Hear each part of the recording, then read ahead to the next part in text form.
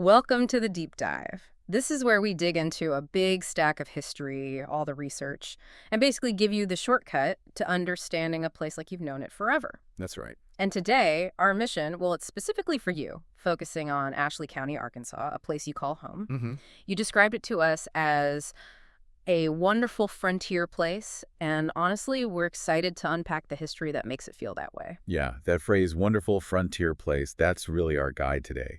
And your own story, starting nearby in Chico County, but growing up near Fountain Hill. Right. Spending time in Hamburg, Crosset, and having those ties to Union and Drew counties.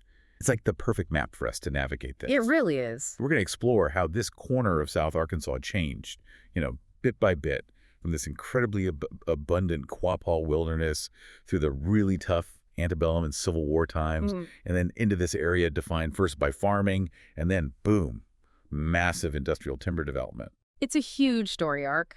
We really need to set the scene first, understand what that landscape was like initially, Definitely. how it was encountered, then track through those turbulent middle years, and finally see how farming and especially that timber industry reshaped everything. So, okay, let's dive in, starting with the land itself, that great wilderness. Yeah, when the first Europeans, the surveyors, the pioneers got there, they found a place just overflowing with life. I mean, the sources, they paint this incredibly vivid picture. How vivid are we talking? We're not talking like a few deer here and there. Yeah. We're talking deer running in droves, literal droves. Wow. And wasn't there something about squirrels, too? Migrating squirrel. Oh, yeah. So many squirrels migrating across rivers that one account says you could, quote, kill a sack full with a stick. Get out with a stick! Seriously. And wild pigeons. So thick they could literally wipe out entire crops. It wasn't just hunting for food. It was almost like pest control on a massive scale. Sounds like the main worry wasn't finding food, but protecting your crops from being eaten by everything else. Exactly. And the rivers and bayous were just as full. Fish like beggars, peelfish. They were so plentiful, especially during high water, that settlers could just go out gigging at night and get all they needed. So farming, it was hard work, obviously, but the land itself was just so rich. The saying was you just had to stick a hole in the ground and drop a seed in it, cover it up, pull the weeds out, and keep the deer, bear, and coons from eating it. Huh. Keep the critters away, basically. Pretty much. That simplicity is amazing. But the land also had these, well, strange features, right? Like the mounds. How did early folks explain those before we had, geology? Right, the mounds. Well, they often used folklore, a bit of humor, which actually tells us a lot about how they saw the world. There's this great story from George W. Franklin. Okay. He told his grandson that when God finished making the earth, he had mud left on his hands. So he just sort of slung his hands to get the mud off, and bam, that's where the mounds came from. Divine carelessness, apparently. That's a wonderful, slightly cheeky explanation. But what's the real connection there? The sources link that geology to something more modern, don't they? They do. They connect that seemingly random, careless geology to the incredible resources under the surface in South Arkansas. Ah, okay. They point out that this carelessness actually lines up with where they later found big deposits of gas, oil, and lignite. It's a neat link, The pioneers saw the abundance on top, but the weird geology hinted at the industrial wealth underneath. Right, the wealth that would fuel places like Crosset later on. Now, we absolutely have to talk about the original inhabitants, the Quapaw. What do the sources tell us about their history in this area? The Quapaw tradition, their own story, is that they came down the Mississippi River. They were apparently pushed south by the Illinois tribe, who were pretty powerful. And we can still see signs of them. Oh yeah, absolutely. Evidence of their long history is literally in the ground. Things like grinding pestles for corn, stone tomahawks, remnants of their camps, and crucially, areas like Pine and Fountain Prairies, right there near where you grew up. Those were prime buffalo hunting grounds for them. And there's a specific site near Crosset where you live now that's still visible, isn't there? Yes, southwest of Crosset, you've got the Sulphur Springs. The thinking is the Quapaw used that not just for water, but maybe as a kind of health resort. Interesting. And there's still a burial mound visible there. It clearly marks it as a really important place for them, spiritually too. This land wasn't just about resources for them. But unfortunately, the story of the Quapaw and the U.S. government, well, it's pretty grim. It sounds like classic conquest disguised as legal agreements. It really was devastatingly cynical. The government's official line was that the tribes only had occupation rights, not real ownership. Just the right to be there, basically. Exactly. Hmm. And the sources are clear that officials actively worked to break down the tribal community, bribing chiefs to sell land that belonged to everyone.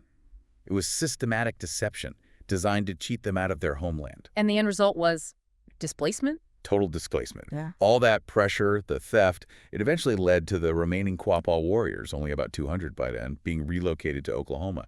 It's just a profoundly tragic story of dispossession through, legal tricks. But even in that sadness, there are these incredible stories of individual bravery, like Saracen, the half-breed Quapaw. That's a really vivid tale. Saracen's a legendary figure around there. The story goes that Chickasaw raiders had captured some children.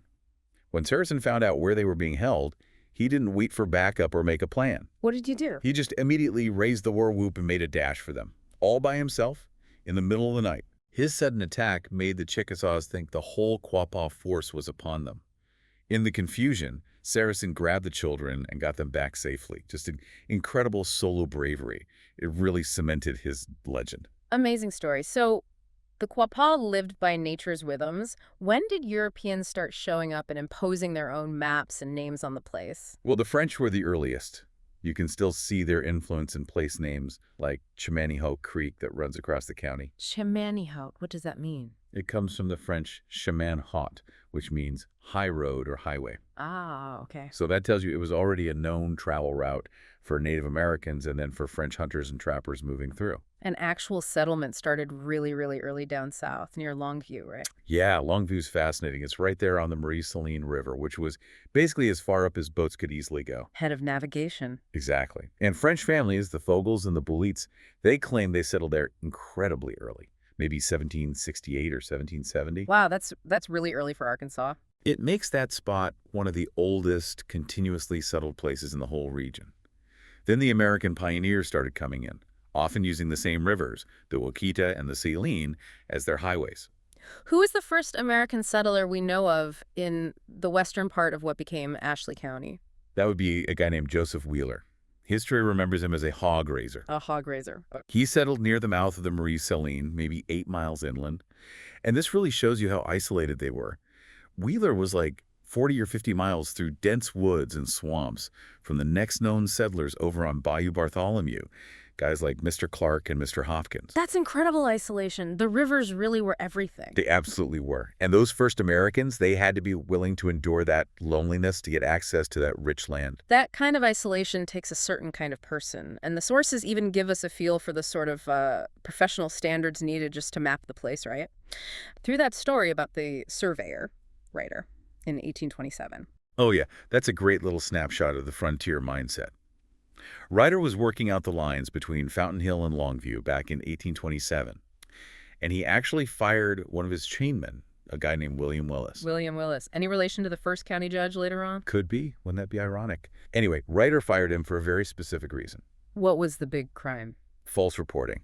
But listen to how Ryder put it in his notes. He wrote, "I am compelled this evening to remove Mr. William Willis from the chain for false report to me. That is to say, reporting from belief or opinion and not from actual knowledge. Okay. Circumstances of which I have so frequently lectured my chainmen upon that the crime is insufferable." Insufferable. For giving an opinion instead of a hard measurement, that's intense. It really tells you something, doesn't it? Yeah. About the need for absolute precision out there. When land titles and boundaries are everything, you just couldn't tolerate guesswork.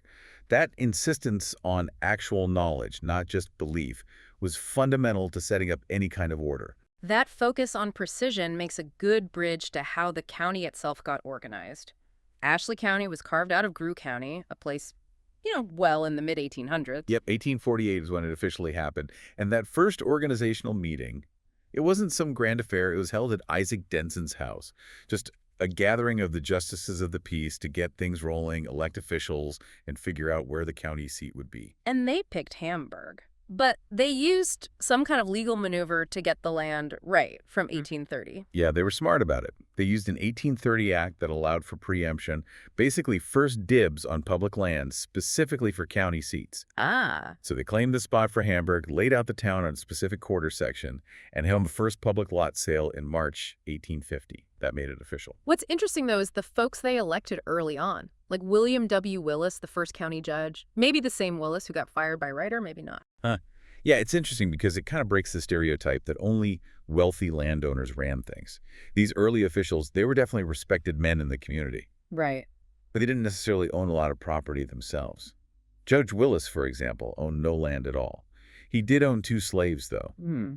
which shows you how quickly that economic system based on slavery was taking hold, even if the leaders weren't all big planters themselves. And the county's finances, they started off shaky from day one, didn't they? Literally in the red. Yeah, by about $109 in 1850. Yeah. And that debt just seemed to stick around. It was a constant struggle, especially when it came to building things like the courthouse. Tell us about the first courthouse. It didn't last long, did it?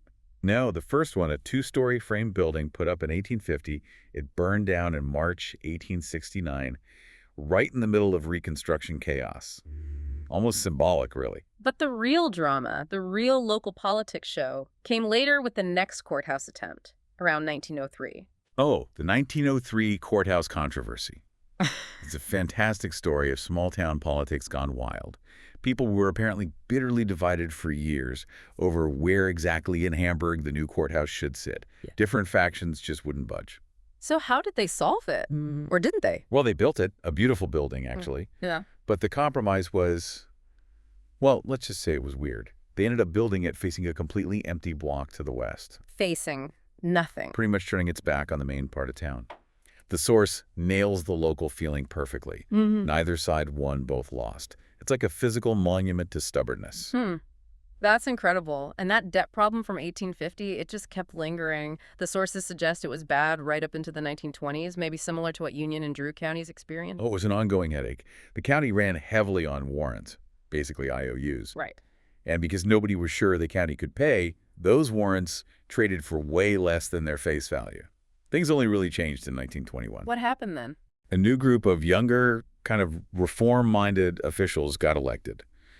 And they decided to get ruthless about the debt. Ruthless how? What did they cut? They slashed spending everywhere. They did some really unpopular things like stopping the tick eradication program, which cattle farmers hated, and getting rid of the farm and home demonstration agents. Ouch. That didn't go over well. No, but their goal was austerity. Pure and simple, get the county's finances in order. And this set up that clever move in 1924 to finally clear the books. That sounded pretty ingenious. It really was. They got $30,000 from insurance money, another fire apparently, and used it to buy back all those outstanding warrants. But here's the brilliant part. They didn't pay full price. They offered 75 cents on the dollar for the warrants. So the warrant holders got more than they probably could have otherwise. Exactly. Those warrants were likely trading for maybe 50, 60 cents on the open market. So 75 cents looked pretty good. People got cash. And the county wiped out its debt at a 25% discount. Precisely. For the first time since 1850, Ashley County was debt-free. And this financial cleanup paved the way for the next courthouse. And significantly, the financing involved the Ashley County Courthouse Building Association. And here's the kicker. Crossett Lumber Company bought half the warrants. The beginning of a powerful partnership. You got it. The link between county government and big industry was being forged. Before that industrial power really took over, what was just getting around, like, moving people, goods? It must have been a constant battle with the landscape. Oh, it was basic. Really basic. You relied on mandatory labor.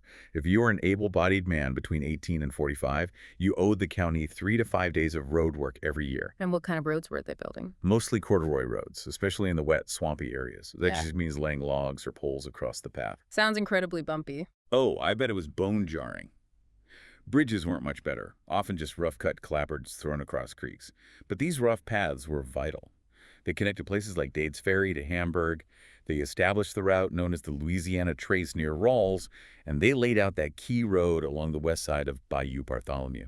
Which became Highway 165 eventually. That's the one. The basic alignment was there very early on. Okay, speaking of those early places, let's zoom in on the farming heartland, a place you know personally. Fountain Hill. What was life like there? Fountain Hill, yeah. It got its post office in 1845, and it really was the agricultural center before the timber industry exploded. It was known for rich farmland. They grew rice out on Smith Prairie.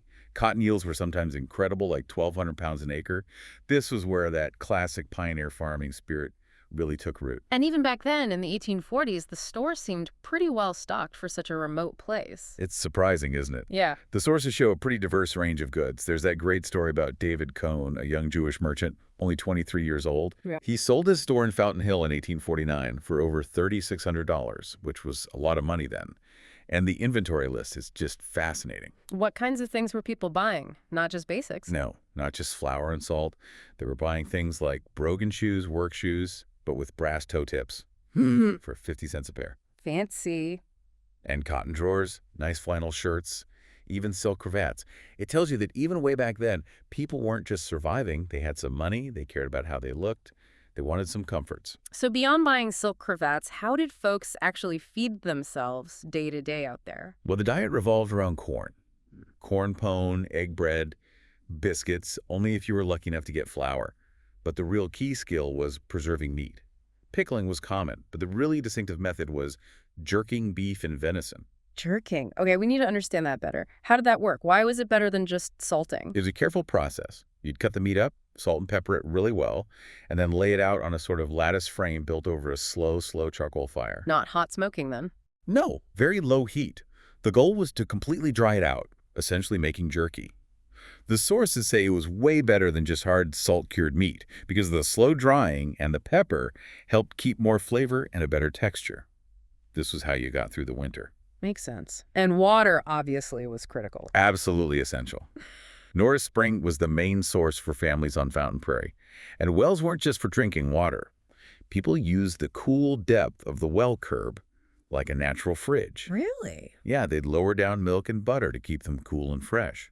The sources even claim it kept buttermilk cooler than modern refrigerators do.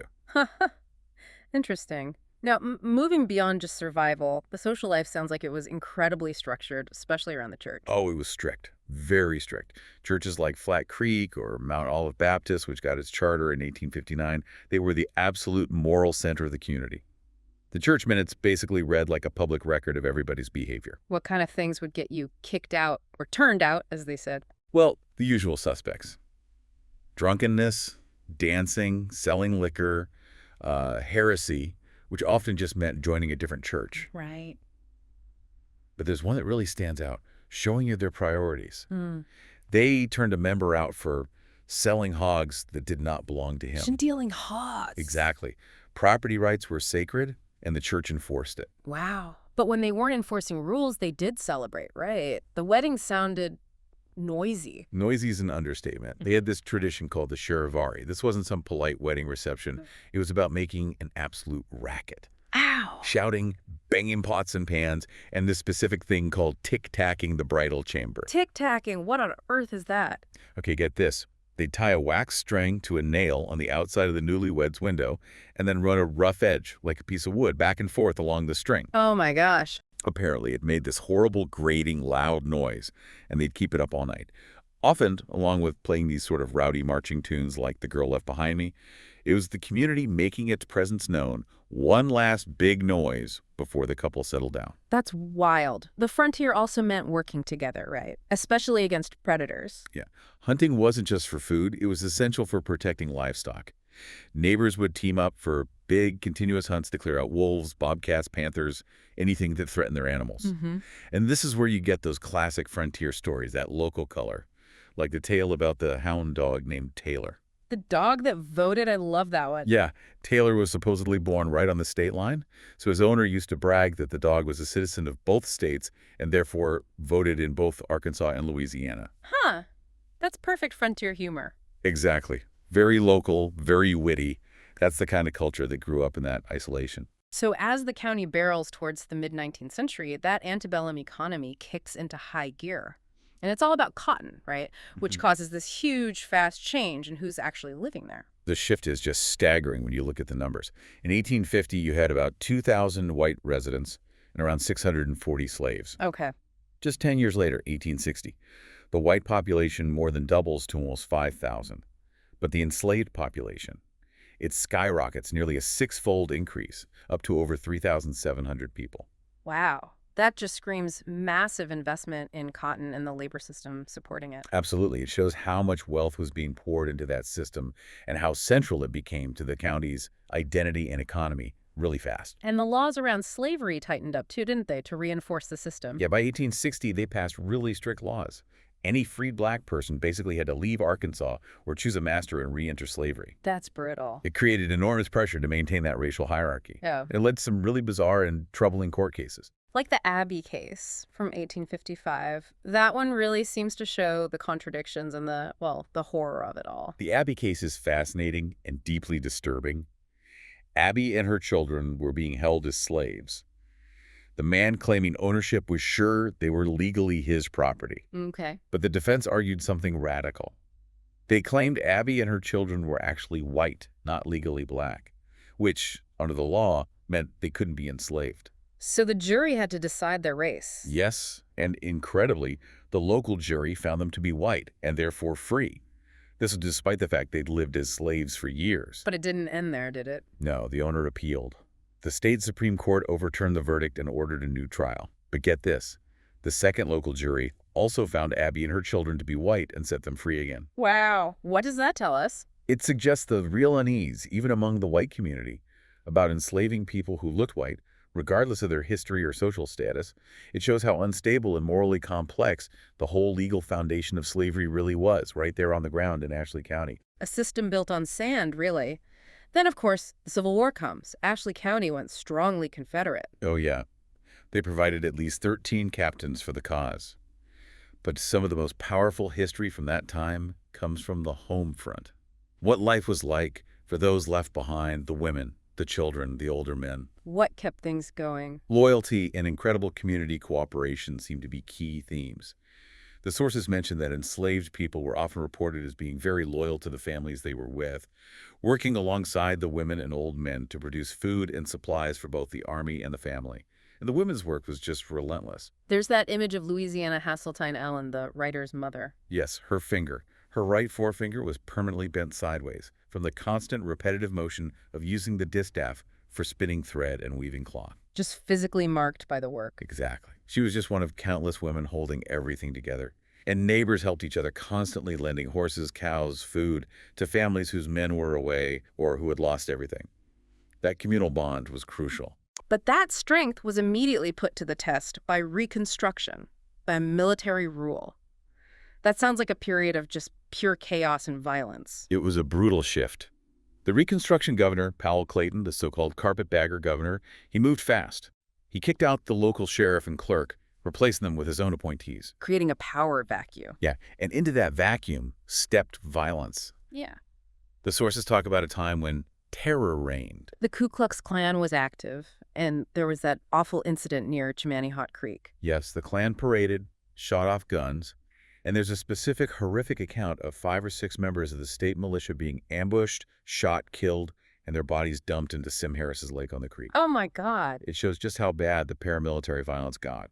That reign of terror, as the source calls it, only ended when, quote, calmer elements took charge, suggesting a slow, painful struggle back towards some kind of order. And this violence directly hit prominent local figures, too, like Abner W. Files, who later ran for governor. He had a terrifying experience. Files' story is chilling. He'd been the county clerk. One freezing cold December night, 4 armed, mounted men arrested him. He was absolutely convinced they were taking him out to be shot. What? He managed to bargain for his life. He gave them almost all the money he had, keeping just $60, and promised he'd leave Arkansas forever. That allowed his captors to go back and claim they had killed him.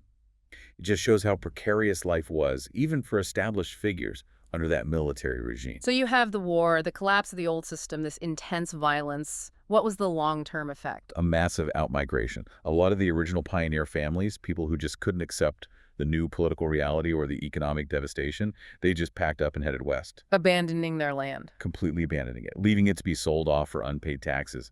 The scale is shocking. The source mentions one court term in 1897 where title to between 25,000 and 30,000 acres was confirmed to speculators because the original owners were just gone. Wow. Like the pioneer dream just evaporated for many. It really did. They lost that sense of individualism, that control over their own destiny, and the land just went back to the state or into the hands of new money. That collapse, that emptying out, it perfectly sets the stage for the next massive force to reshape the county, industrialization. Which brings us straight to Crossett, right where you live now. Exactly. The Crossett Lumber Company shows up right around the turn of the century, 1899. They immediately buy up a huge chunk of land, 47,000 acres, much of it probably that abandoned timberland we just talked about. And the key figures were? E.W. Gates, C.W. Gates, Dr. J.W. Watzek names, still very much associated with the town. And the scale of what they built and how fast they built it was just completely transformative. Nothing like it had been seen there before. And the output, the amount of lumber they produced. It's mind-boggling. 75 million board feet of lumber a year. Mm. That was their capacity. The sources put that in perspective. Enough wood to build 7,500 five-room houses every single year. That's not just a sawmill. That's an engine driving national growth. Totally. Fueled by those immense forests of South Arkansas. But Crossett was different, wasn't it? They weren't just cutting and leaving. They planned for the long haul. That's the crucial difference. They engineered the whole operation for permanency. By 1937, they added the Crossett paper mills, figuring out how to use waste wood. Right, industrial synergy. Yeah, using bark for fuel, piping lignite back to use in the paper-making process. And most importantly, by 1922, they established a forestry division committed to sustainable logging and replanting. That was radical thinking for the time. It wasn't the typical cut-out-and-get-out approach. This massive shift, though, from the lone pioneer cutting wood for his own cabin to thousands working in a giant mill, the sources talk about a really fundamental change in the mindset of people in Ashley County. This is really the central theme weaving through the county's history, isn't it? That transition. The source puts it beautifully. The pioneer, who lived by the sun and seasons and his own behest, was replaced by the worker who started and stopped at the sound of a whistle. Working not of his own volition, but at the command of others. His pay, his free time, it was all determined by the company, whose main goal was profit. The source concludes starkly. He was no longer free, no longer a pioneer. That's a powerful statement. Was it really seen purely as a loss, though? Or did the security of that whistle, that steady paycheck, compensate for the loss of freedom? That's the complex trade-off, isn't it? While the source emphasizes that loss of pure individual freedom, the reality was that the company-town model offered immense stability and, frankly, a pretty high standard of living for the time. How so? Crossett was known for being a well-run company town. Very much so. Crossett was founded with this idea of consuming interest in employee welfare. Paternalistic, sure, but it meant they invested in the town. Broad paved, tree-lined streets, it looked nice, felt permanent. And the practical benefits. Cheap rent, cheap utilities, that's huge. A modern hospital, air-conditioned even. 4 new schools, including a really up-to-date high school, parks, playgrounds. They even had a small zoo. It was a whole planned community built around the mill and its workers. And they maintained control in other ways, too, right? Echoing that earlier frontier morality, but using the law. Like with alcohol. Yeah, that's a great point. They were very effective at keeping the town orderly. Even when Ashley County as a whole voted to allow alcohol sales when wet, the Crossett Town fathers found a loophole. What was the loophole? There was a state law saying you couldn't have a saloon too close to a church or a school. Ah, and in a planned company town. Exactly. Churches and schools were everywhere. So they used that law to effectively ban saloons within the city limits, keeping Crossett dry even when the rest of the county wasn't, maintaining that disciplined workforce environment the company wanted. Okay, let's look beyond Crossett for a minute. What about the other towns along the bayous? Places maybe closer to where you were born over in Chico County, or towns you visit now in Union and Drew. How did places like Portland and Montrose change with this new era? The railroad was the big game changer for most of them. Poplar Bluff, which had been an important river landing, basically saw its function shift to the railroad line, becoming Parkdale. Portland had a post office way back in 1857, but really boomed as a farming and timber town once the railroad came through in 1892. Connectivity was everything. And Montrose, it had a different feel, more agricultural. Yeah, Montrose stayed more focused on large-scale farming, very paternalistic. E.L. Cohn started it, but Sam W. Wilson really built it up, eventually owning around 7,000 acres. Wow. He focused on efficient, high-yield farming and apparently retired in 1956 as maybe the richest man in the county. So big agriculture could still create massive wealth alongside the timber industry. Whether it was farming or timber, expanding meant dealing with the landscape, especially the water. Drainage must have been a huge issue in those low-lying bayou areas. Oh, absolutely critical and incredibly difficult and expensive. To make more land farmable or accessible, they had to create drainage districts, like the big one near Parkdale started in 1911. What did that involve? Digging a massive drainage canal, Basically a huge ditch, running from just below Parkdale all the way southeast to the Louisiana line. They moved something like 700,000 cubic yards of dirt, a huge engineering project for the time. Unlike any big public works project, especially involving taxes, it caused problems. Big time. These drainage projects cost a fortune, financed by bonds levied against the land that would benefit. This led to lawsuits, tax protests. Groups like the Taxpayers' Home Protective League sprang up, Arguing what? arguing that the cost of paying off the bonds, the taxes, would actually be more than their improved land was even worth. It's that classic tension, the need for collective infrastructure versus individual landowners resisting the cost. That fight runs deep in the county's history. So Ashley County enters the 20th century. It's this mix of industry, agriculture, fighting over taxes. How did education keep up from those first little one-room schools? Well, education started pretty humbly. Back in 1850, only about 158 people were attending 5 little one-room, one-teacher schools. And the key thing, attendance was voluntary. So not everyone went. Not by a long shot. The sources say it immediately created a split, separating the sheep from the goats, as they put it. Education wasn't universal yet. But people still valued learning outside a formal school. Definitely. Education was also kind of a social thing. Captain James W. Clark, who was sheriff for a while, was also famous for teaching singing school. Apparently that helped him get elected. Huh.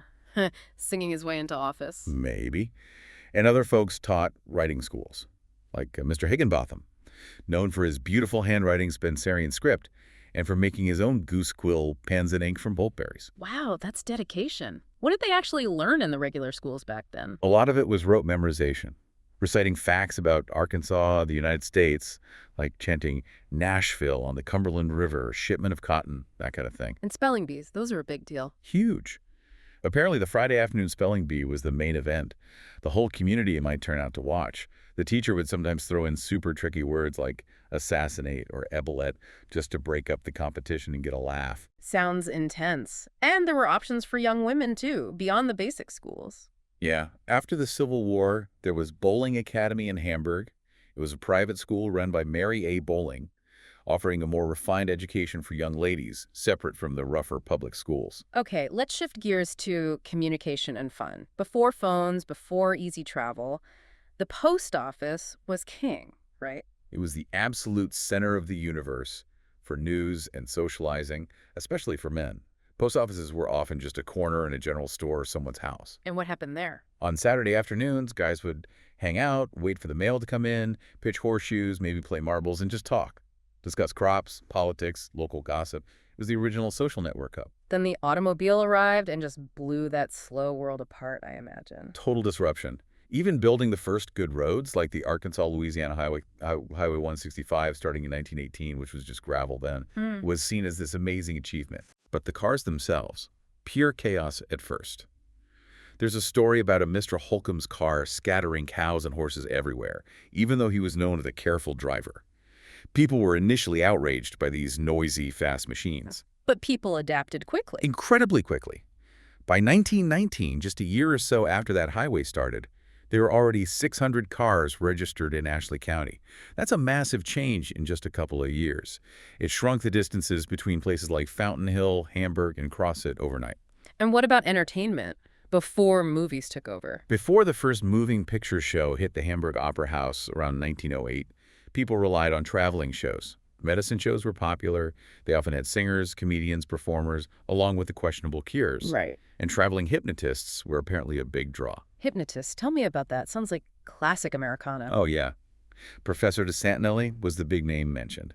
His famous stunt was putting a volunteer into a hypnotic trance in a store window and then sticking a knitting needle straight through the guy's wrist without him even flinching. No way. Apparently so. Imagine the stir that caused. Yeah. That was high drama, providing excitement you just couldn't get locally otherwise. It really sounds like by the 1920s, 1930s, maybe when your parents were growing up in the area, Ashley County was truly caught between two worlds. You had the steady agricultural rhythm of places like Fountain Hill, and then the new, complex industrial world being built in Crossit. That sums it up perfectly. Yeah. The older settlements kept that traditional farming life going, but the modern world was being built fast in Crossit. By 1946, Crossit was putting in permanent city systems, water, gas, telephone lines, creating a completely different kind of life. separate from the old cycles of nature and self-reliance.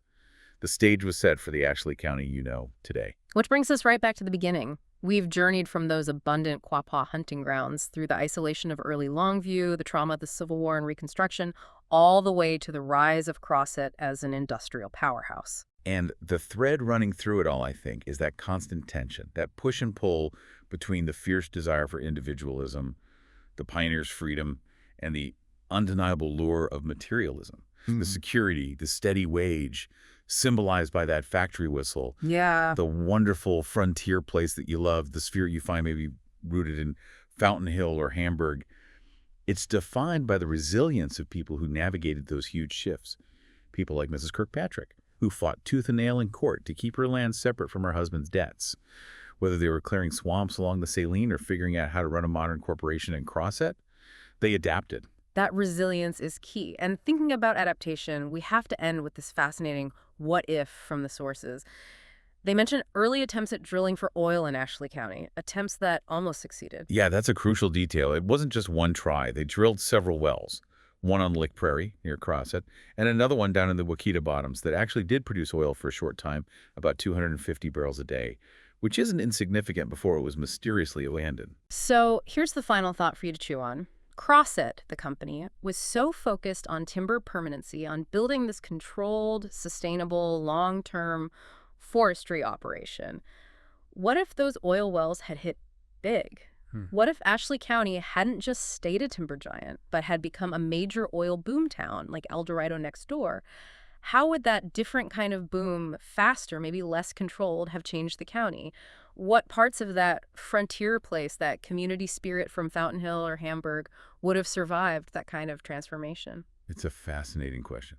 Really makes you think about the path not taken. Well, thank you for letting us take this deep dive into your home county's history today. It's been a rich journey. It really has. We'll catch you next time for another deep dive.